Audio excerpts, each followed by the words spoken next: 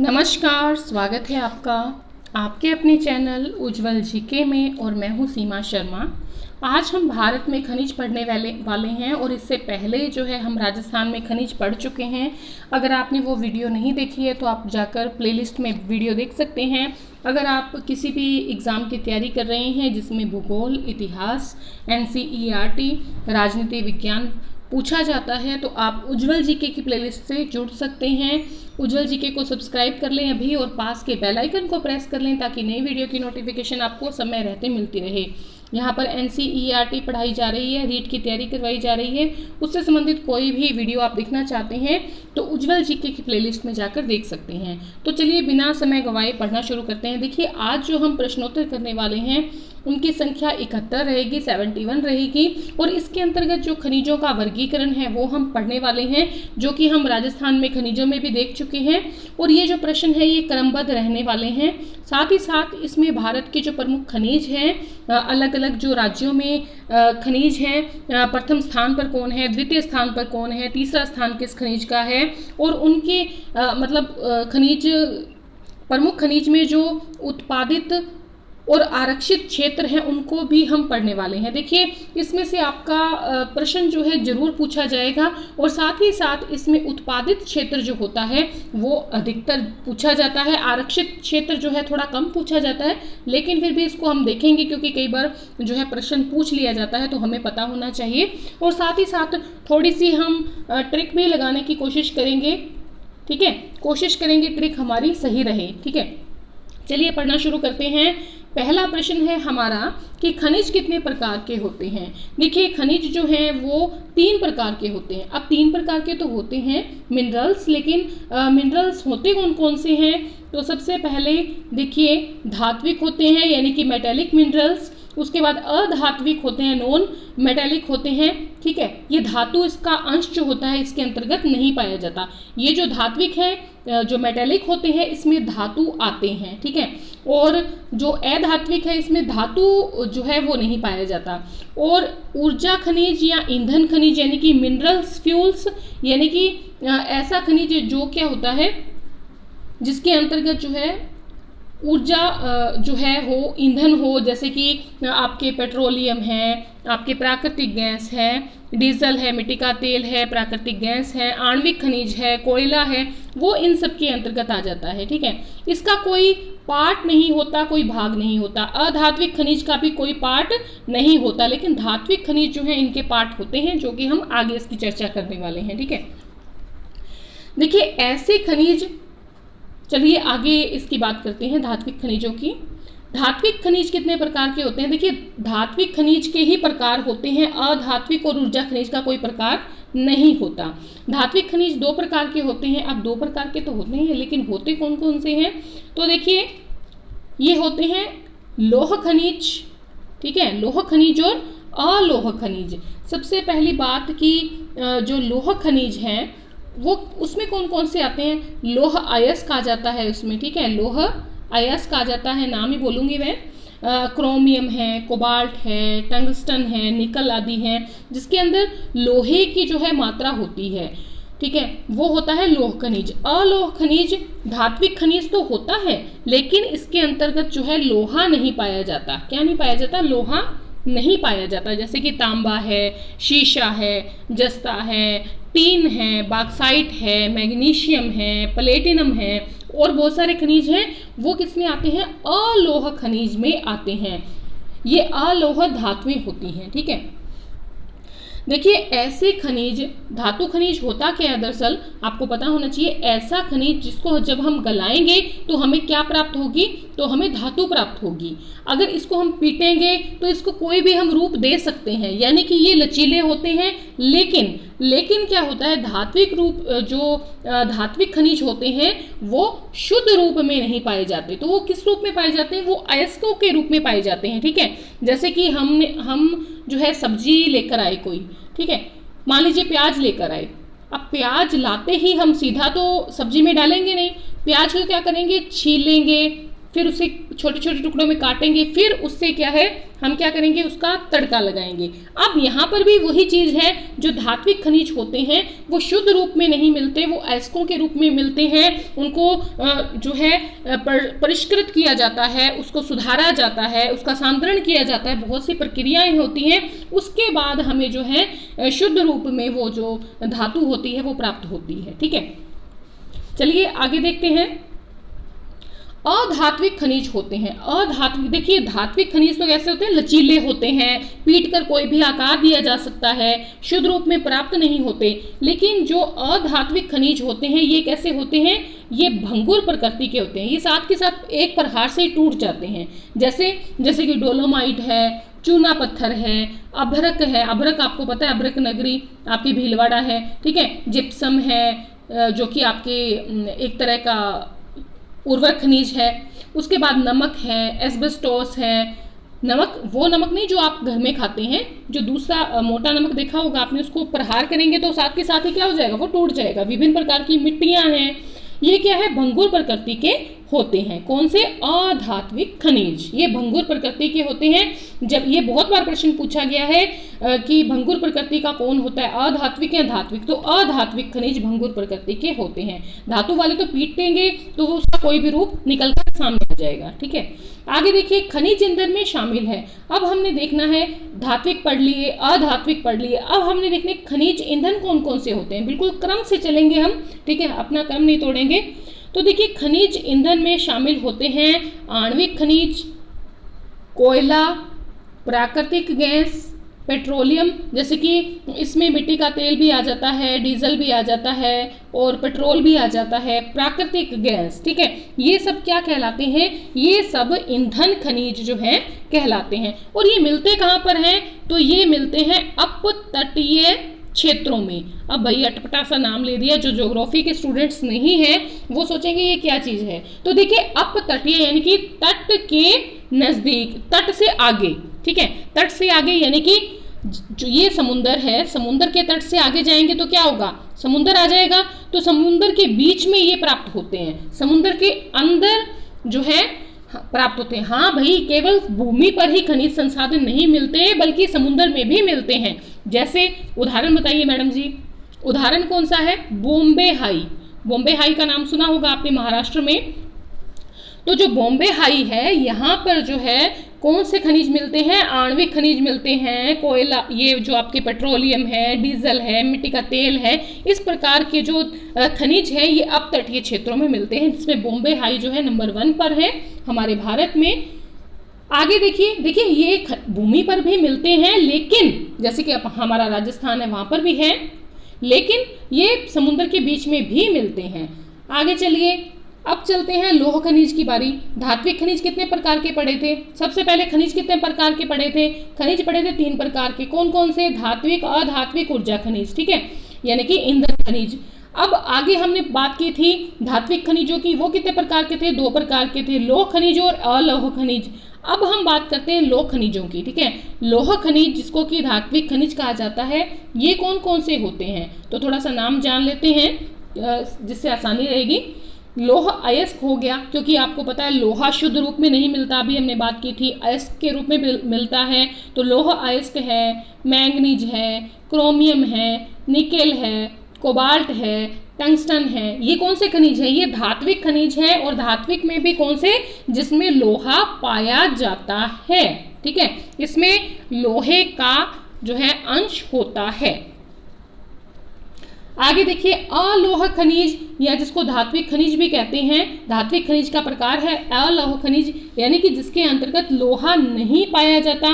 भाई लोहा किसमें नहीं पाया जाता, तांबा हो गया, एल्यूमिनियम हो गया, टिन है, सीसा है, नंबर 1 है राजस्थान इसमें, नंबर 1 है राजस्थान इसमें, ठीक है, नंबर 1 है राजस्थान इसमें।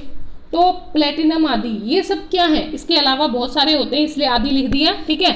ये सब कौन से हैं, ये सब अलोह खनिज है, जो कि धात्विक खनिज का ही एक प्रकार होता है, ठीक है। आगे चलते हैं, अधात्विक खनिज कौन कौन से होते हैं। देखिए अधात्विक खनिज, अब हमने अधात्विक खनिज पढ़ लिया, अलोह, ठीक है। धात्विक खनिज के दो रूप पढ़े हैं, लौह खनिज और अलोह खनिज। अब हम बात करेंगे धात्विक खनिज कौन कौन से होते हैं। अधात्विक, कंफ्यूज हो रहे हैं सभी। अधात्विक खनिज यानी कि जिसके अंदर क्या है, धातु नहीं पाई जाती, अलोह धातुएं होती हैं, जिसके अंदर लोहा नहीं जिसके अंदर जो है धातु नहीं पाई जाती। जैसे भाई हीरा है, ठीक है। हीरा जो है, हीरे की फेमस खान कौन सी है, पन्ना रिजर्व का नाम सुना होगा। पन्ना रिजर्व कहाँ पर है, मध्य प्रदेश में। तो नाम याद रखिएगा, बहुत बार पूछा जाता है। तो हीरा वहाँ पर सबसे ज़्यादा होता है, ठीक है। उसके बाद मार्बल, मकराना वगैरह है, सबसे बढ़िया राजस्थान में है। फिर चूना पत्थर है, ग्रेनाइट है, पाइराइट है, एस्बेस्टोस है, अभ्रक है, जिप्सम है, गंधक है। ये सब क्या है, ये सब अधात्विक खनिज हैं। अधात्विक खनिज है। एक बार अच्छी तरह से धात्विक अधात्विक इन सबको अलग अलग कर लीजिएगा, अलोह लोह को अलग अलग कर लीजिएगा ताकि आपको याद रह सके। चलिए आगे चलते हैं। लोह अयस्क। अब लोह अयस्क कितने प्रकार के होते हैं, ठीक है। तो थोड़ा सा देख लेते हैं कौन सा बढ़िया लोहा होता है, कौन सा घटिया है। तो देखिए 4 प्रकार का लोहा मिलता है। जैसे मैंने कहा था ना, प्याज हम लाते हैं, लेकिन प्याज को फिर काटते हैं छोटे छोटे टुकड़ों में, उसको कर लेते हैं, फिर सब्जी बनाई जाती है। अब हमको लोहा प्राप्त करना है यहाँ पर, ठीक है। तो लोहा प्राप्त करने के लिए 4 प्रकार के जो लोहे हैं, लोहा अयस्क जो हैं, वो हमें प्रकृति से प्राप्त होते हैं। शुद्ध रूप में लोहा हमें प्राप्त नहीं होता। अच्छा जी मैडम जी, आपने ये कह दिया, पर हमें पता कैसे लगे कि मैग्नेटाइट कौन सा है भाई, हेमेटाइट कौन सा है, लियोनाइट कौन सा है, सिडेराइट कौन सा है। तो इसको पहचानने का एक तरीका है कि जो मैग्नेटाइट होता है ये काले रंग का होता है, ठीक है। उसके बाद अगर बात करें हम किसकी, हेमेटाइट की, तो ये लाल रंग का होता है, प्रकृति में लाल रंग का प्राप्त होता है। लियोनाइट की बात करें तो ये पीले रंग का प्राप्त होता है। अगर हम बात करें सिडेराइट की तो ये भूरे रंग का प्राप्त होता है, ठीक है। तो ये हमें पहचानने के लिए है कि जो लोह अयस्क हैं वो 4 प्रकार के होते हैं। तो ये कौन कौन से होते हैं, मैग्नेटाइट, हेमेटाइट, लियोनाइट, सिडेराइट। जिसमें मैग्नेटाइट सबसे बढ़िया होता है, हेमेटाइट भी बढ़िया होता है, काला और लाल रंग का होता है। मैग्नेटाइट काला, हेमेटाइट लाल, लियोनाइट पीला और सिडेराइट भूरे रंग का, ठीक है। देखिए लोहा अयस्क के रूप में हमें मिलता है और गलाकर और इसकी जो अशुद्धि हटा देते हैं, तब इसको हमें शुद्ध रूप जो है लोहे का प्राप्त हो जाता है। चलिए अब है मैग्नेटाइट कहाँ से प्राप्त होता है। देखिए क्रम चल रहा है, क्रमबद्ध प्रश्न हम लेते हुए चल रहे हैं। तो सबसे पहले मैग्नेटाइट की बात करेंगे। मैग्नेटाइट जो प्राप्त होता है वो प्राप्त होता है दक्षिण भारत से, ठीक है। मैग्नेटाइट जो कि सबसे बढ़िया सबसे बढ़िया लोहा अयस्क होता है। इसमें जो मात्रा होती है लोहे की 72% तक होती है, ठीक है। 72% तक लोहे का अंश पाया जाता है, ओके। 70% तक जिसमें लोहे का अंश पाया जाएगा वो सबसे बढ़िया होता है। तो मैग्नेटाइट और हेमेटाइट नंबर 1 पे हैं और नंबर 2 पे हैं, ठीक है। तो मैग्नेटाइट जो है वो कर्नाटक से, आंध्र प्रदेश से और तमिलनाडु से प्राप्त होता है, यानी कि दक्षिण भारत से प्राप्त होता है। 72% तक अंश होता है और बेहतरीन किस्म का होता है। अब बात आती है हेमेटाइट की। हेमेटाइट जो होता है इसके अंतर्गत जो है लोहे का अंश जो होता है वो 60 से 70% तक होता है। कितना होता है, 60 से 70% तक लोहे का अंश हेमेटाइट में मिलता है। हेमेटाइट होता किस रंग का है, तो लाल रंग का होता है, ठीक है। और कहाँ पर पाया जाता है, झारखंड में, उड़ीसा में, छत्तीसगढ़ में ये जो है पाया जाता है। तो ये भी अच्छा है, ये पहले नंबर पे है भारत में और ये दूसरे नंबर पे है, क्योंकि मैंने बात की अभी 70% तक जो लोहा होगा, लोहा अयस्क होगा, वो अच्छी किस्म का होगा। हेमेटाइट में जो पाया जाता है वो 60 से 70% तक लोहे का अंश पाया जाता है, यानी कि ये भी अच्छा है। आगे देखिए लियोनाइट। लियोनाइट जो होता है ये कहाँ से प्राप्त होता है वो आगे बात करेंगे। पहले ये जान लें कि इसमें लोहे का अंश कितना होता है। इसमें लोहे का अंश 40 से 60% तक होता है, ठीक ठाक होता है, बहुत बढ़िया नहीं होता। हेमेटाइट का जो कलर होता है वो कौन सा है, लाल रंग का। मैग्नेटाइट का कौन सा है, काले रंग का। लियोनाइट का कौन सा है, पीले रंग का, ठीक है। ये कहाँ से प्राप्त होता है, तो ये अवसादी शैलों से प्राप्त होता है। कहाँ से प्राप्त होता है, अवसादी शैलों से, ठीक है। राजस्थान में अवसादी शैलें भी हैं और आपके जो आग्नेय शैलें हैं वो भी हैं। शैल को ही क्या कहते हैं, चट्टान कह देते हैं, रॉक कह देते हैं। चलिए आगे देखते हैं सिडेराइट। सिडोराइट या सिडेराइट, ये कहाँ, पहले इसकी मात्रा देख लें लोहे की। तो देखिए इसमें लगभग 40% तक लोहे का अंश पाया जाता है, किसमें, सिडेराइट या सिडोराइट में, ठीक है। और ये कहाँ से प्राप्त होता है, तो ये भी अवसादी शैलों से प्राप्त होता है। भाई सिडोराइट का कलर कौन सा होता है, हमें प्रकृति में पता कैसे लगेगा, तो भूरे रंग का होता है। कौन से रंग का होता है, भूरे रंग का होता है। चलिए आगे चलते हैं। अनक्लोज क्या है, अनक्लोज, तो देखिए 1982 में क्या हुआ, विभिन्न देशों को उनके आसपास के समुद्र पर अधिकार देने के लिए संयुक्त राष्ट्र संघ से मिलकर एक समझौता किया, बहुत सारे देशों ने मिलकर। और ये समझौता जो है वो क्या कहलाता है, वो अनक्लोज कहलाता है। क्या कहलाता है, अनक्लोज कहलाता है। अच्छा एक छोटी सी बात आपसे पूछनी है, आप कमेंट करके बताइएगा, ठीक है। देखते हैं, कमेंट करके बताइएगा कि जो राष्ट्रपति भवन है वहाँ पर मुगल गार्डन स्थित है। सब जानते हैं मुगल गार्डन, मुगल गार्डन कहाँ है, राष्ट्रपति भवन में। अब उसका नाम सरकार ने बदलकर क्या कर दिया है, मुगल गार्डन का नाम चेंज होकर अब कौन सा नाम रखा गया है, आप कमेंट करके बताइएगा, ठीक है। अच्छा देखिए अनक्लोज जो है 1982 में एक जो है ये चीज़ की गई कि जैसे मान लीजिए ये भारत का क्षेत्र है, यहाँ पर श्रीलंका है, यहाँ पर क्या है, यहाँ पर आपके हिंद महासागर है सारा। तो हिंद महासागर में या जो यहाँ पर जो भी है पाक जल डमरू संधि है, ठीक है, यहाँ पर भारत कह देगा ये सारा एरिया मेरा है, ये समुद्र सारा मेरा है। श्रीलंका कह देगा जी ये एरिया मेरा है, यहाँ पर अगर कोई संसाधन मिलेगा तो उसका अधिकार मेरा होगा।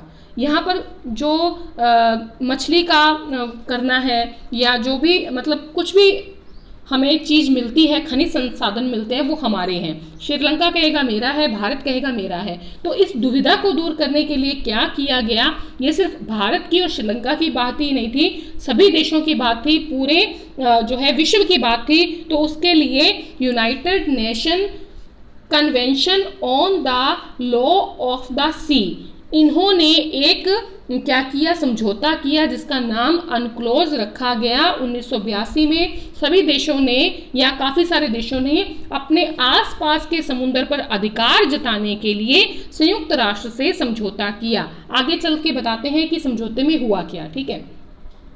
अनक्लोज का फुल फॉर्म क्या है, United Nation Convention on the Law of the Sea, ठीक है। यानी कि जो संयुक्त राष्ट्र संघ के द्वारा क्या पास किया गया, समुद्र का जो है एक लॉ पास किया गया, ओके। यानी कि समुद्र पे किस देश का कितना अधिकार हो ये निश्चित करने के लिए, ठीक है। जैसे कि भारत है, श्रीलंका है, उसमें हिंद महासागर पड़ता है, तो दोनों लड़ते रहेंगे। इस झगड़े को रोकने के लिए क्या बनाया गया, एक तरह का अनक्लोज बनाया गया।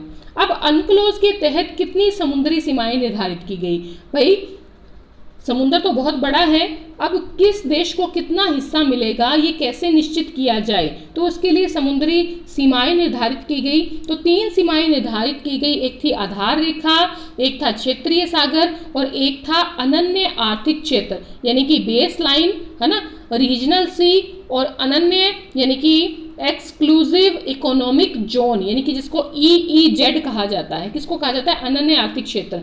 देखिए आधार जो लाइन है वो 12 मील तक की होती है। 12 मील तक की मतलब कि 12 मील तक, अगर मान लीजिए यहाँ पे भारत है, भारत के साथ हिंद महासागर है, तो यहाँ पर 12 मील तक का एरिया जो है जो यहाँ से लगता है, भारत के लास्ट में जो दक्षिण भारत है यहाँ से जो टच होता है, यहाँ से लेकर 12 मील तक का एरिया भारत का होगा। अगर इधर श्रीलंका है तो श्रीलंका की तरफ से 12 मील का एरिया जो है वो किसके पास रहेगा, श्रीलंका के पास रहेगा। उसके बाद सेकंड आता है क्षेत्रीय सागर। क्षेत्रीय सागर में क्या होता है, 24 मील तक का एरिया होता है। कितना, 24 मील तक का एरिया यूज कर सकते हैं जो संबंधित देश है वो। उसके बाद आता है अनन्य आर्थिक क्षेत्र।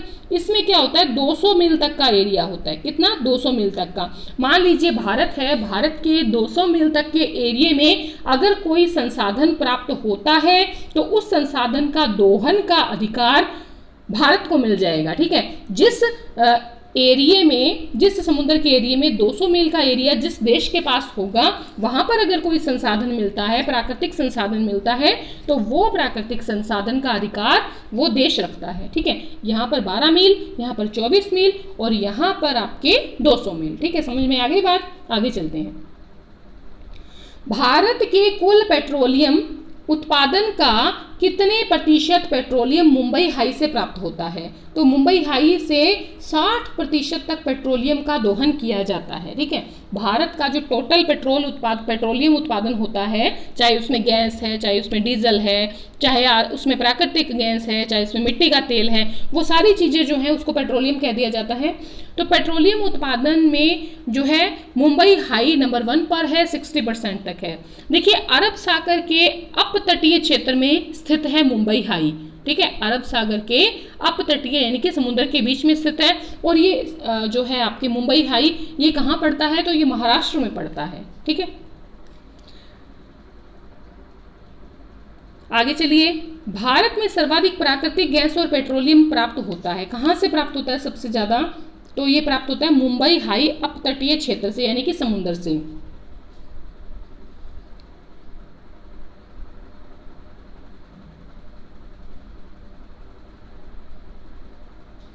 एक चीज और,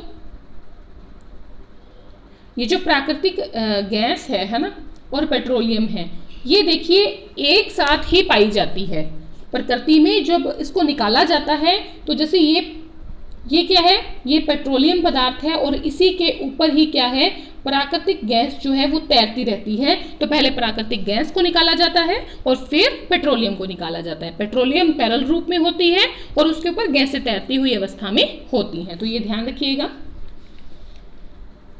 आगे देखिए अगला प्रश्न, ईंधन खनिज में सबसे ज्यादा खनिज का मूल्य किसका है? तो देखिए, अगर ईंधन खनिज की बात करें या ऊर्जा खनिज एक ही बात है, तो उनमें सबसे ज्यादा खनिज मूल्य जो होता है वो प्राकृतिक गैस का और पेट्रोलियम का होता है। ठीक है, किसका होता है? प्राकृतिक गैस का और पेट्रोलियम का होता है। भारत के संविधान के अनुसार, ये काफी इंपॉर्टेंट प्रश्न है, सभी इंपॉर्टेंट है लेकिन ध्यान रखिएगा। भारत के संविधान के अनुसार मुख्य भूमि क्षेत्र पर यदि कोई खनिज संसाधन प्राप्त होता है तो उस पर अधिकार किसका होगा? मान लीजिए राजस्थान में शीशा प्राप्त हुआ, जस्ता प्राप्त हुआ, तो क्या उस पर केंद्र सरकार अपना अधिकार रखेगी? मान लीजिए 90% तक शीशा प्राप्त हो रहा है राजस्थान में, तो क्या केंद्र सरकार उस पर अधिकार कर लेगी? नहीं। क्यों? क्योंकि इन्होंने अधिकार दिया है किसको? राज्यों को। भारत के संविधान में ये कहा गया है कि किसी राज्य में अगर कोई संसाधन मिलता है, कहाँ पर? भूमि में। याद रखिएगा, भूमि पर, जमीन पर अगर कोई संसाधन प्राप्त होता है, जिस राज्य में प्राप्त होगा उस राज्य का अधिकार होगा उस खनिज संसाधन पर। ठीक है, तो राज्यों का अधिकार होगा। लेकिन अगर मान लीजिए वो समुद्र में मिला है तो क्या होगा? तो ये जैसे मुंबई हाई है, ठीक है, मुंबई हाई की बात करें, मुंबई हाई जो है कहाँ पर है? महाराष्ट्र में है। तो किसका अधिकार होना चाहिए? राज्य का होना चाहिए, महाराष्ट्र का होना चाहिए। पर ऐसा नहीं है, क्योंकि भारतीय संविधान के अनुसार अगर समुद्र में कोई खनिज प्राप्त होता है तो उस पर केंद्र सरकार का अधिकार होगा। भूमि पर प्राप्त होगा तो उस राज्य का जो है अधिकार होगा, लेकिन समुद्र में प्राप्त होगा तो पूरा जो फायदा है वो केंद्र सरकार उठाएगी। यानी कि मुंबई हाई में अगर 60% पेट्रोलियम उत्पादन हो रहा है तो उसका 1 रुपया भी जो है महाराष्ट्र को प्राप्त नहीं होगा, जब यानी कि राज्य को प्राप्त नहीं होगा, सीधा कहाँ जाएगा? केंद्र में। ओके, चलिए आगे पढ़ते हैं। सर्वाधिक पेट्रोलियम उत्पादक राज्य कौन है? तो देखिए, सबसे ज्यादा तो पेट्रोलियम कहाँ पर है? मुंबई हाई यानी कि महाराष्ट्र में मिल जाता है, लेकिन उत्पादक राज्य जो है वो कौन सा है? गुजरात है। कहने का मतलब है कि उत्पादक अगर क्षेत्र बोले, उत्पादक क्षेत्र कौन सा है? मुंबई हाई, लेकिन उत्पादक राज्य कौन सा है? गुजरात। सीएनजी का पूरा नाम क्या है? सीएनजी का जो पूरा नाम है, सीएनजी गैस का नाम आपने सुना है, और इसका पूरा नाम क्या है? इसका नाम है कंप्रेस्ड नेचुरल गैस। ठीक है, और अगर इसको हिंदी में कहें तो इसको कहेंगे संपीड़ित प्राकृतिक गैस। ठीक है, संपीड़ित प्राकृतिक गैस। ये पहले निकाली जाती है, फिर पेट्रोलियम यानी कि पेट्रोल डीजल निकाला जाता है। फिर देखिए धात्विक खनिजों में सबसे ज़्यादा खनिज उत्पादन मूल्य किसका है? धात्विक खनिजों में सबसे ज़्यादा खनिज उत्पादन का मूल्य जो है वो लोहे का है। किसका है? लोहे का है। देखिए सोने का रेट जरूर ज़्यादा है, लेकिन भारत में सोने का उत्पादन लोहे की बजाय कम है। भारत मुख्य रूप से लोहे का निर्यात करता है, तो जापान को निर्यात करता है। जापान में लोहा उत्पादन नहीं होता, इसे वो खरीदते हैं और परिष्कृत करके दूसरे देशों में भेज देते हैं। विश्व में लोहे के उत्पादन में भारत का स्थान कौन सा है? तो चौथा स्थान रखता है भारत।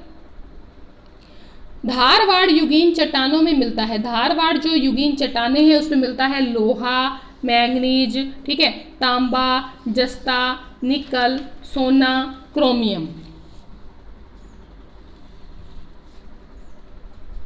कोयला प्राप्त होता है, कोयला जो है गोंडवाना चट्टानों के क्षेत्र से प्राप्त होता है। गोंडवाना जो क्रम की चट्टानें होती है वहां पर पाया जाता है।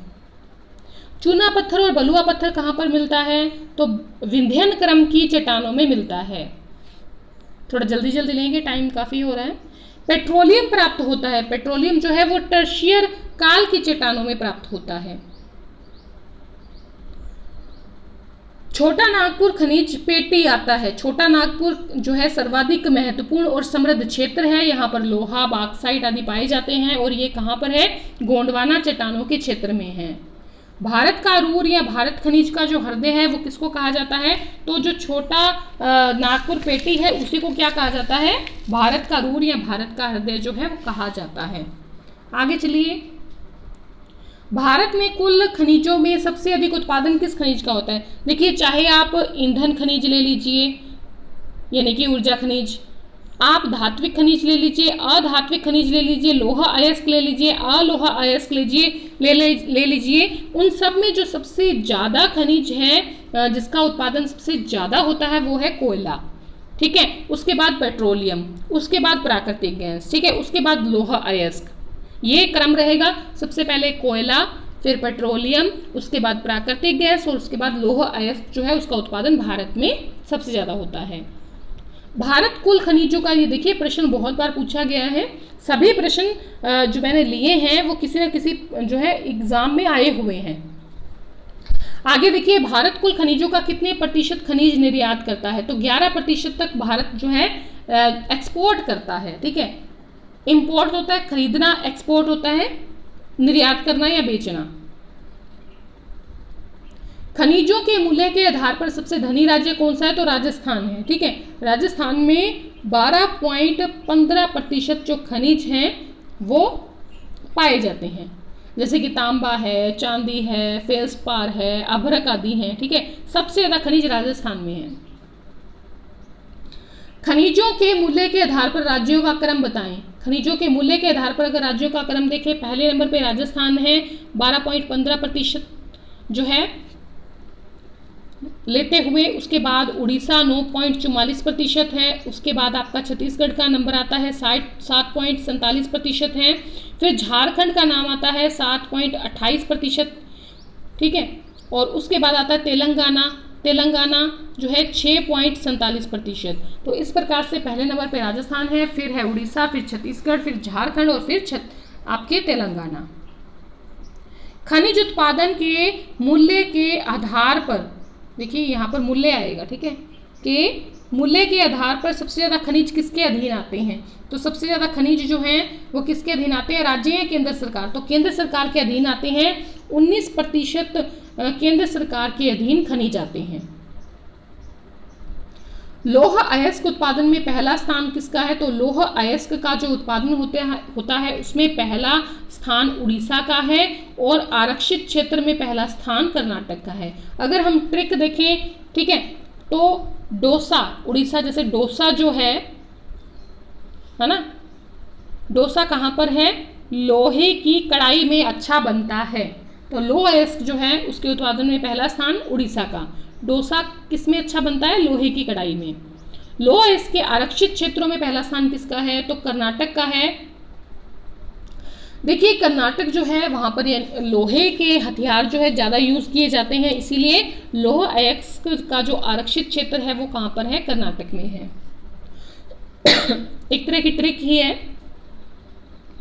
हेमेटाइट प्रकार का लौह अयस्क प्राप्त होता है। हेमेटाइट प्रकार का जो लौह अयस्क प्राप्त होता है वो उत्तरी पूर्वी भारत में जो है होता है।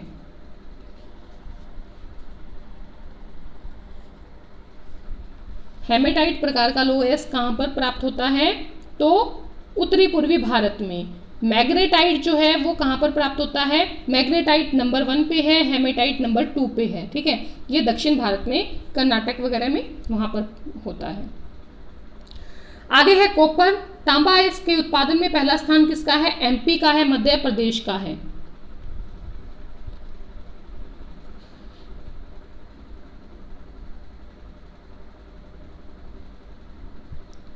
आगे देखिए, तांबा अयस्क के आरक्षित क्षेत्रों में कौन है? तो राजस्थान है तांबा अयस्क के, जैसे कि खेतड़ी की खान है। ठीक है, झारखंड का सिंह भूमि प्रसिद्ध है। झारखंड का सिंह भूमि क्षेत्र जो है तांबे की खान के लिए प्रसिद्ध है।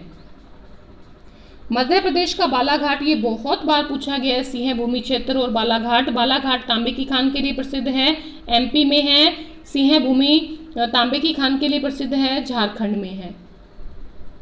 मैग्नीज के उत्पादन में पहला स्थान किसका है? एमपी का है, उत्पादन में भी और आरक्षित क्षेत्र में। ठीक है, मैग्नीज जो है, ठीक है, इसमें पहला स्थान उत्पादन में भी एमपी का है और आरक्षित क्षेत्र में भी किसका है? आरक्षित क्षेत्र में, सॉरी, उड़ीसा का है। ठीक है,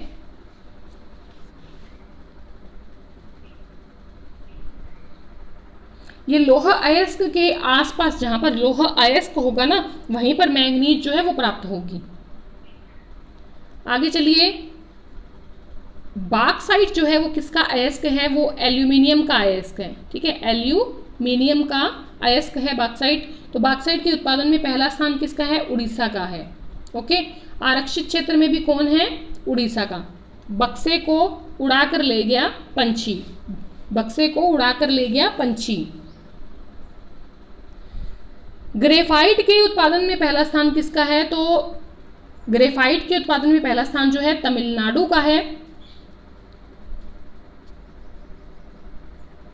और ग्रेफाइट का जो आरक्षित क्षेत्र है उसमें जो नाम आता है वो है अरुणाचल प्रदेश। ठीक है, देखिए, तमिल फिल्मों में फाइट देखने को मिलती है, तो फाइट कहां पर है? तमिल में। जिंक के उत्पादन में पहला स्थान किसका है? जिंक के यानी कि जस्ते के उत्पादन में पहला स्थान जो है राजस्थान का है, आरक्षित क्षेत्र में भी राजस्थान है। ठीक है, जिंक ले लें, लेड ले लें, यानी कि सीसा, जस्ता। आरक्षित क्षेत्र, उत्पादित क्षेत्र, दोनों किसके? दोनों में नंबर 1 कौन है? आपके राजस्थान। सीसा है, जस्ता है, चांदी है, वो एक साथ जो है निकाली जाती है। सीसे के उत्पादन में पहला स्थान किसका है? राजस्थान का है। और आरक्षित क्षेत्र में भी किसका स्थान है? आपके राजस्थान का। देखिए, जब रेत होती है, रेत कहां पर होती है? राजस्थान में। रेत को आप देखेंगे धूप में तो रेत चमकती हुई दिखेगी, यानी कि उसमें शीशा है। तो रेत कहाँ है? राजस्थान में, और राजस्थान में शीशा चमकता है। ठीक है, तो इस प्रकार से याद रख लें। शीशे के उत्पादन में और आरक्षित क्षेत्र में राजस्थान का नाम है। फेल्सपार के उत्पादन में पहला स्थान किसका है? और आरक्षित क्षेत्र में, तो फेल्सपार का जो उत्पादन क्षेत्र है, आरक्षित क्षेत्र है, वो राजस्थान में ही है। ठीक है,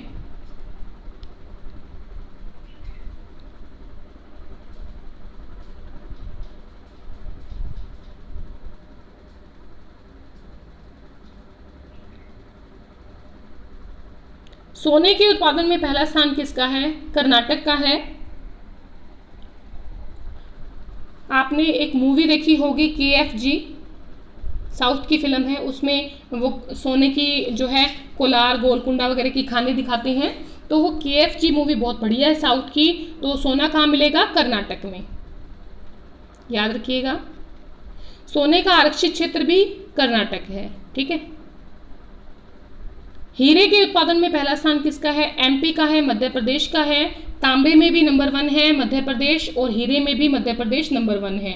दूसरा नंबर आंध्र प्रदेश का है, तीसरा नंबर छत्तीसगढ़ का है।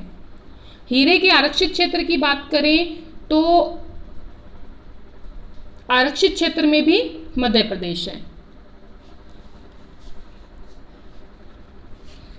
और पन्ना जगह जो है वो हीरे के लिए फेमस है, पन्ना रिजर्व मध्य प्रदेश में है। रॉक फॉस्फेट के उत्पादन में पहला स्थान किसका है? रॉक फॉस्फेट के उत्पादन में पहला स्थान जो है वो राजस्थान का है, और अगर इसके आरक्षित क्षेत्र की बात करें तो पहला स्थान झारखंड का है। ठीक है, यानी कि रॉक चट्टानें कहाँ मिलती हैं? चट्टानें मिलती हैं अरावली में। अरावली कहाँ पर है? राजस्थान में। इस प्रकार से याद रख लें। क्रोमाइट के उत्पादन में पहला स्थान किसका है? उड़ीसा का है। क्रो उड़ गया, ठीक है, क्रो क्या है? उड़ गया, कौवा उड़ता है, यहाँ उड़ गया। क्रोमाइट के उत्पादन में पहला स्थान उड़ीसा, और आरक्षित क्षेत्र में भी पहला स्थान उड़ीसा। चांदी के उत्पादन में पहला स्थान राजस्थान। देखिए इतने ज्यादा खनिज होते हैं कि राजस्थान की क्या है? चांदी ही चांदी। तो चांदी के उत्पादन में नंबर 1 पर कौन है? राजस्थान। चांदी के आरक्षित क्षेत्र में भी राजस्थान। एपेटाइट के उत्पादन में पहला स्थान किसका है? आंध्र प्रदेश का है। ठीक है, एपेटाइट को कैसे लिखेंगे? AP, आंध्र प्रदेश। आंध्र प्रदेश कहाँ होता है? एपेटाइट कहाँ होता है? आंध्र प्रदेश में। ठीक है, AP याद रख लीजिए। एपेटाइट के आरक्षित क्षेत्र में कौन आता है? वो आता है पश्चिम बंगाल। देखिए एपेटाइट यूज किस में होता है? तो ये यूज होता है आपके उर्वरक बनाने में। ठीक है, उर्वरक बनाने के काम आता है। बाइराइट के उत्पादन में पहला स्थान किसका है? आंध्र प्रदेश का है। आरक्षित क्षेत्र में भी आंध्र प्रदेश है बाइराइट के।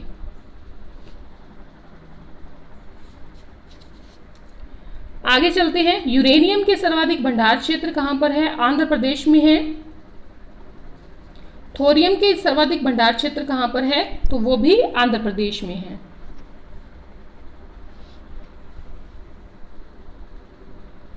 तो इस प्रकार से 71 क्वेश्चंस हमने देख लिए हैं। अगर आपको वीडियो पसंद आई है लाइक करें, शेयर करें अपने मित्रों में अधिक से अधिक, और कमेंट करके बताएं वीडियो कैसी लगी।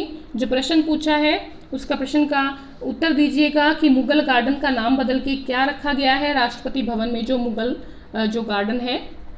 ठीक है, धन्यवाद।